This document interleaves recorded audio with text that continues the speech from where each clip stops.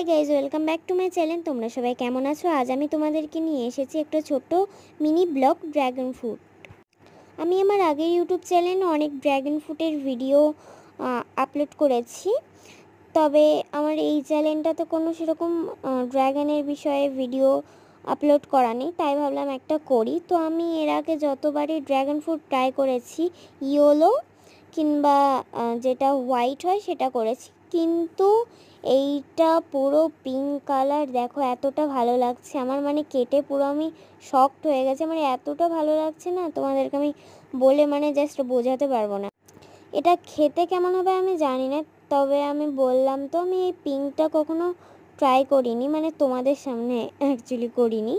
এমনি আমি আমাদের বাড়িতে মাঝে সাঝেই আনা হয় ড্র্যাগন ফ্রুট, তো সেই কারণে আমি খাই, তবে তোমাদের সাথে শেয়ার করি না। তো আজকে ভাবলাম শেয়ার করি, অনেক দিন মিনি ব্লগও দেওয়া হয়নি। তো এখন ফলটা আমি পিস পিস করে কেটে নিচ্ছি। আমি কোনো জিনিস আমার বাড়িতে আসলে প্রথমে আমি ঠাকুরকে ভোগ না লাগিয়ে কোনো জিনিস খাই না, সেটাও ফলের মধ্যে হলে, মানে ঠাকুরকে দেওয়ার মতো হলে আমি আগে ঠাকুরকে দিয়েই কিন্তু টেস্ট করি। তো এটাও ঠিক তাই, আমি ঠাকুরকে আগে ভোগ লাগাবো, তারপরে ঠাকুর খাবে, তারপরে আমি খাবো, তারপরে আমার বাড়ির সবাই খাবে। তো তোমাদেরকে এই কাটার ভিডিওটা শেয়ার করলাম।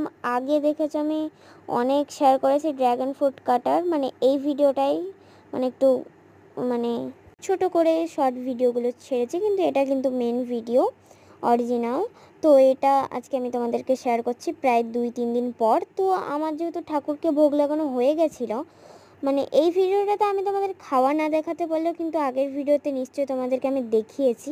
তো এটা কিন্তু খেতে অনেকই মিষ্টি ছিল, আর রঙটাও যেরকম খেতেও তেমন। তবে আমার ড্র্যাগন ফ্রুট অতটাও ভালো লাগে না, তাই আমার এটাও অতটা ভালো লাগে না।